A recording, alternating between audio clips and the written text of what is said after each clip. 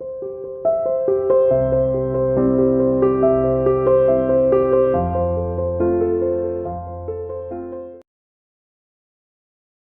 Again you are welcome. Continuous अपना chapter अधिकार rights के बारे में बात करेंगे। बेटा, इससे पहले कि हम आज का टॉपिक स्टार्ट करें, पीछे का थोड़ा सा हम एक रिवाइंड करके देख लेते हैं कि हमने इससे पहले वाले टॉपिक में क्या बात की थी। इससे पहले वाले टॉपिक में हमने बात किया था कि अधिकार आते कहाँ से है। तो उसमें हमने बात की थी कि ईश्वर प्रदत्त अधिकार के बारे में बात की थी कि कुछ दैवीय अधिकार हैं, जन्म के साथ मनुष्य को मिलते हैं अधिकार, तो उनको जन्म के साथ मिलने वाले अधिकारों को हम ईश्वर द्वारा दिए गए अधिकार या नेचुरल राइट्स के नाम से जानते हैं। But over the period of times ये जो प्राकृतिक अधिकारों की जो वैचारिक सिद्धांत है, इसका रिलेवेंस आज के समाज के अंदर या सरकार के अंदर इसका ज्यादा रिलेवेंस आज नहीं रह जाता है। तो आज फिर हमने बात की कि ह्यूमन राइट्स की बात की कि मानव अधिकार क्या है, इसके बारे में चर्चा की, ठीक है ना। और उसके बाद में यूएन का declaration of the human rights, और फिर उसके बाद में एक अधिकारों की लिस्ट के बारे में हमने बात की, चाहे वो स्वतंत्रता के अधिकार की बात करें या फिर आपके प्राकृतिक इन्वायरमेंट के सेफगार्ड की बात करें, स्वच्छ वायु की हमने बात की, स्वच्छ जल की बात की, या फिर हमने इसके साथ ही बात की थी सस्टेनेबल डेवलपमेंट की बात की थी, ठीक है ना। तो ये तो अपना पुराने वाले टॉपिक के बारे में बात हो गया। आज हम बात करते हैं आपके कानून और राज सत्ता के बारे में, legal rights at the state, कि ये जो अधिकार है और राज्य का बीच में क्या रिलेशन, ठीक है ना। एक तरफ तो अधिकार है, एक तरफ राज्य है, सरकार है। राज्य के पास कानून की शक्ति है, कानून है, सत्ता है, ठीक है ना। और संविधान कुछ कानून बनाने की इजाजत या कोई अधिकार को इम्प्लीमेंटेशन करने का जो एक जरिया प्रजातंत्र के अंदर है, वो सरकार के पास में ये शक्तियां दी गई हैं। तो दोनों के बीच क्या ताना बाना है, राज्य और जो अधिकार है उसके बीच में, लीगल राइट्स के बीच में क्या संबंध है, इसके बारे में बात करेंगे। तो इसके बारे में बात करने से पहले मैं आपसे एक और शेयर कर लेता हूं एक बात, कि प्राकृतिक अधिकारों की बात तो हमने की, मानव अधिकारों की भी बात की, लेकिन ये सब अपने आप में, प्राकृतिक अधिकार या ह्यूमन राइट्स की बात करो, अपने आप में एक बेईमानी है, ठीक है ना। क्योंकि ह्यूमन राइट्स का एग्जिस्टेंस सरकार के बिना पॉसिबल ही नहीं है। जहां पर आप कल्पना कीजिए, जहां पर राज्य ही नहीं है, अराजकता है, ठीक है ना, ऐसे माहौल में आप कौन से अधिकारों की कल्पना कर सकते हो, जहां पर कोई कानून की शक्ति नहीं है, कोई पॉलिशिंग नहीं है, पुलिस नहीं है, ठीक है ना। तो किसी को किसी चीज का डर नहीं है। How the rights can be protected, कैसे हम एक दूसरे के अधिकारों की वहां पर पॉसिबिलिटी देख सकते हैं। तो बात का मतलब ये हुआ, निष्कर्ष ये हुआ कि जो अधिकारों की सुरक्षा जहां पर व्यवस्थित है, जहां पे इसकी सुरक्षा के बारे में कुछ संभावनाएं बनती हैं, वो सब राज्य के साथ या किसी सरकार के साथ ही आपके अधिकार सुरक्षित रह सकते हैं, ठीक है ना। तो कहने का मतलब, कोई भी अधिकार हो, कितने भी अधिकार की बात करें, unless until it is protected by the law, उस राज्य के कानून के द्वारा जब तक इसको सुरक्षित ना रखा जाए, तो अधिकार की सेफगार्ड और अधिकारों का होना ना होना वो लगभग बराबर है। तो इसी बारे में बात करते हैं कि मानव अधिकारों की सफलता, degree of success, it also depend upon the, किसके ऊपर, सपोर्ट ऑफ द गवर्नमेंट, किसी देश की सरकार के सहयोग के ऊपर मानव अधिकारों की सफलता निर्भर करती है, ठीक है ना। कि मानव अधिकार तो आपने बना दिए, लेकिन मानव अधिकारों को लागू करना और उनके अधिकारों के हिसाब से समाज को चलाना, इसको कौन देख सकता है, किसी देश की सरकार, किसी देश की पुलिस। तो सपोर्ट ऑफ द गवर्नमेंट और उस देश के नियम कानून, वो है ये लीगल रिकॉग्निशन देते हैं अधिकारों को।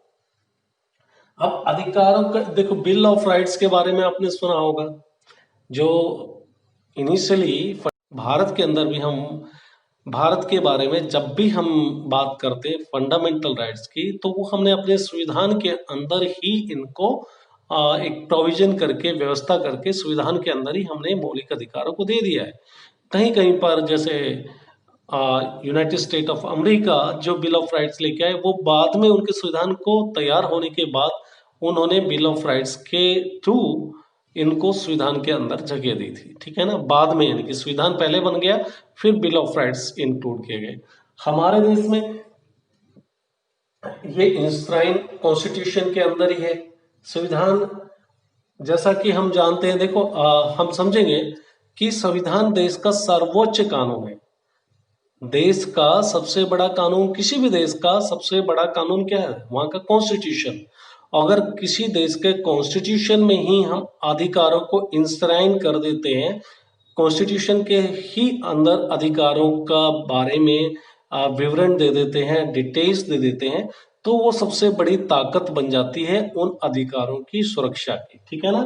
तो संविधान देश का सर्वोच्च कानून है, highest law of the land. कुछ खास अधिकारों को हम संवैधानिक मान्यता दे देते हैं, वो बुनियादी महत्व के होते हैं, ठीक है ना। वो जो अधिकार, वो कुछ अधिकार जिनको हम बुनियादी महत्व का समझते हैं, बेसिक इंपॉर्टेंस है for the survival of the human, उनको हम क्या करते हैं, कॉन्स्टिट्यूशन के अंदर ही उनको रख दिया जाता है, ठीक है ना। लेकिन ऐसा नहीं है कि कुछ बुनियादी ही बातों को, कानूनों को हम कॉन्स्टिट्यूशन के अंदर मान्यता देते हैं या कॉन्स्टिट्यूशन के अंदर उनको इंश्राइन करते हैं। नहीं, इसके अलावा भी कुछ ऐसे भी हो सकता है, जैसे अपने देश के बारे में कुछ अधिकार, कुछ खास अधिकार हैं जो कि हिस्ट्री और कस्टम के हिसाब से, देश का इतिहास और वहाँ का कल्चर, संस्कृति, कुछ अधिकारों को हमको इस तरह की परिस्थितियां बन जाती हैं कि हम उसको उतना ही बेसिक जो राइट्स हैं, आपके फंडामेंटल राइट्स है, उसके इक्वली इंपॉर्टेंस देना चाहते हैं, बिकॉज ये भी कहीं ना कहीं उतने ही आवश्यक है। समझ गए? और अच्छे से समझाते हैं कि जैसे कॉन्स्टिट्यूशन के अंदर तो हमने फंडामेंटल राइट्स को डाला, ठीक है ना, मौलिक अधिकारों के अंदर ही हमने फिर उसका इनफेक्ट पार्ट बनाकर हमने क्या डाल दिया, आपके अस्पृश्यता, अनटचेबिलिटी को भी हमने फंडामेंटल राइट्स का ही पार्ट मान के उनको भी इंश्राइन कर दिया कॉन्स्टिट्यूशन के अंदर। बिकॉज हिस्टोरिकली किसी देश की कस्टम, वहाँ की इतिहास इस बात को इतना तवज्जो देता है, इतना वेटेज देता है कि कहीं ना कहीं वो जाकर फंडामेंटल राइट्स का पार्ट बन जाते हैं। हमारे देश में, हमारे देश के जो low caste, so called low caste, ठीक है ना, धर्म के आधार पर, जाति के आधार पर हम कुछ लोगों के साथ अस्पृश्यता, भेदभाव करते, छुआछूत करते थे। तो इस छुआछूत को मिटाने के लिए, to abolish the untouchability in the society, we have given the priority and we have enshrined these rights in the constitution itself, ठीक है ना। हमने अपने संविधान के अंदर पहले तो उसको फंडामेंटल पार्ट में जगह दी और उसके बाद में कॉन्स्टिट्यूशन के अंदर ही उसको जगह दे दी, क्योंकि इतना हमको उसको इम्पोर्टेंस देना था। ये तो बात हो गई भारत में मौलिक अधिकारों का उल्लेख, which gain importance because of the particular history और कस्टम्स के हिसाब से। कुछ किसी देश के, मैंने बात तो कर ही ली, इसके हिस्ट्री और कस्टम के हिसाब से उनको ज्यादा इंपॉर्टेंस देना पड़ता है, वो मौलिक अधिकारों के अंदर हमने बात कर ली। अब कानूनी और संवैधानिक मान्यता का महत्व क्या है? हम क्यों कानूनी और या संवैधानिक मान्यता देना चाहते हैं अधिकारों को? उसका इंपॉर्टेंस क्या है? राज्य के अंदर अगर आप किसी स्टेट में आप स्पेशल स्टेटस देना चाहते हो तो उसको कॉन्स्टिट्यूशन में डाल देते हो, उसको उतना इंपॉर्टेंस बढ़ जाती है, ठीक है ना। तो give rights a special status but it is not the basis of right claims. तो ये एक दावा नहीं बन सकता, किसी भी आधार नहीं है किसी के लिए, ठीक है ना। अब अधिकतर मामलों में राज्य में किए जाने वाले दावे, राज्य से बुनियादी शिक्षा की मांग। राज्य को अब हम बात कर लेते हैं, क्या आप एक्सपेक्ट करते हैं, कौन कौन से अधिकार हैं जहां पर राज्य को इनिशिएटिव लेना चाहिए, आगे की तरफ बढ़ना चाहिए, अधिकारों की तरफ प्रयास करना चाहिए। पहले हम बात करेंगे राज्य को क्या क्या करना चाहिए, ठीक है ना। राज्य का देश की जनता का, सिटीजन्स के, उनका फिजिकल, मेंटल, सोशल, कल्चरल और कह सकते हो इकोनॉमिकल विकास के लिए राज्य को आगे आना चाहिए, ठीक है ना। तो अब इसमें हमने शैक्षिक अधिकार की भी बात कर सकते हैं, जरूर करना भी चाहिए। किसी भी आप mental development, reasonably thought process के लिए ये जरूरी है कि शिक्षा, एक बुनियादी शिक्षा हर एक इंसान को राज्य प्रदान करे।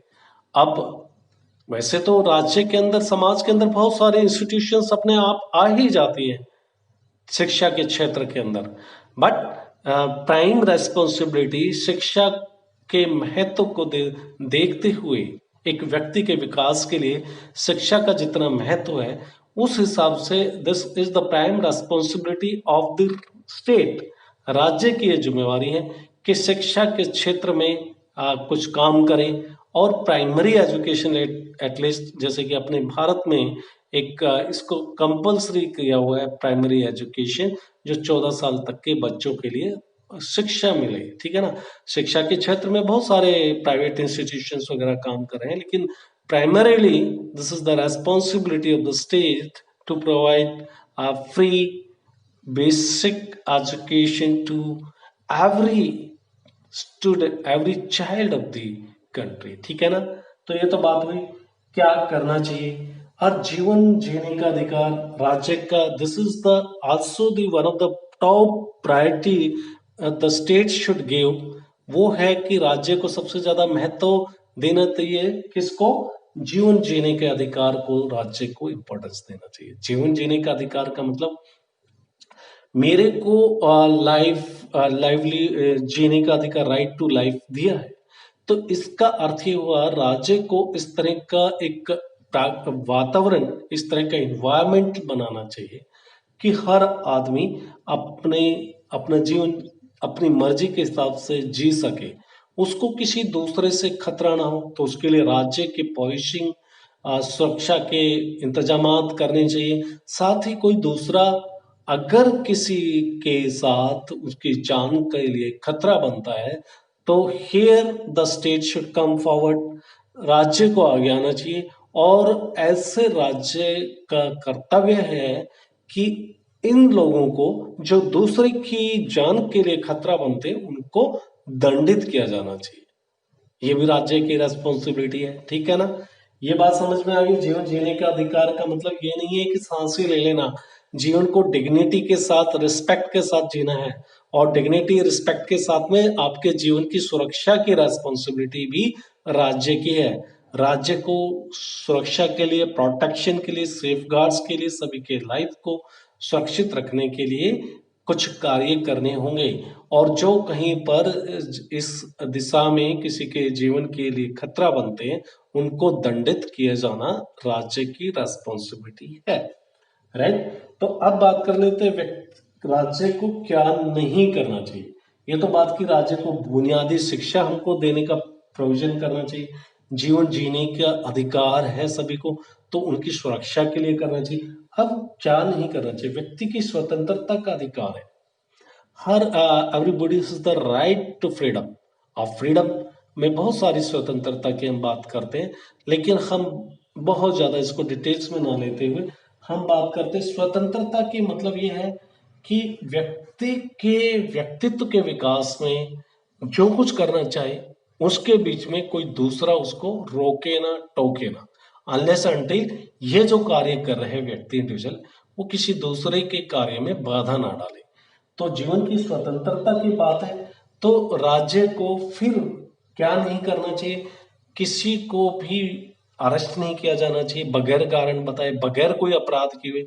ये प्रिवेंटिव डिटेंशन वाली जो बात हमने की थी कि किसी को सुरक्षा के लिहाज से आप बगैर किसी क्राइम किए हुए किसी को बगैर कोई ऑफेंस किए हुए, बगैर कोई अपराध किए हुए हम सरकार या सरकार की गवर्नमेंट की मशीनरी लाइक पुलिस किसी को गिरफ्तार कर लेती है, प्रिवेंटिव डिटेंशन, बाकी इस के अगेंस्ट में जाता है, उसको ये अधिकार होना चाहिए, एक व्यक्ति को ये अधिकार होना चाहिए, ये जानने का हक होना चाहिए कि उसको क्यों गिरफ्तार किया गया। ही शुड प्रोड्यूस, एक इंडिविजुअल के सामने आपको अरेस्ट वारंट पुलिस को प्रोड्यूस करना चाहिए, कारण बताया जाना चाहिए, और इसके साथ ही को गवर्नमेंट की मशीनरी को विद इन द 24 आवर्स ही और she should be produce before the magistrate, magistrate के सामने पेश किया जाना चाहिए।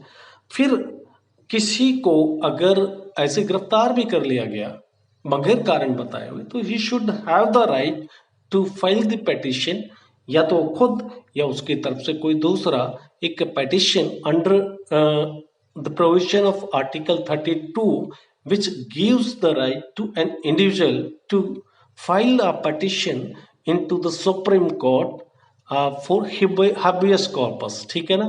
उसमें जाकर आप अपने अपनी स्वतंत्रता की मांग कर सकते हो, यानी कि उनको जो बंदी बनाया गया है, प्रत्यक्षीकरण की बात करते हैं, ठीक है ना, बंदी बनाया है तो उसका कारण पूछा जा सकता है और उसको गिरफ्तारी से आजाद कराया जा सकता है, ठीक है ना। तो राज्य को क्या नहीं करना चाहिए, जबरदस्ती किसी को गिरफ्तार नहीं किया जाना चाहिए जब तक कि कोई सॉलिड एविडेंस उसके खिलाफ ना हो, राइट। तो प्रभुत्व संपन्न राज्य के अस्तित्व व्यक्ति के हित में होना चाहिए, ठीक है। State is a sovereign state, sovereign के मतलब प्रभुत्व संपन्न है।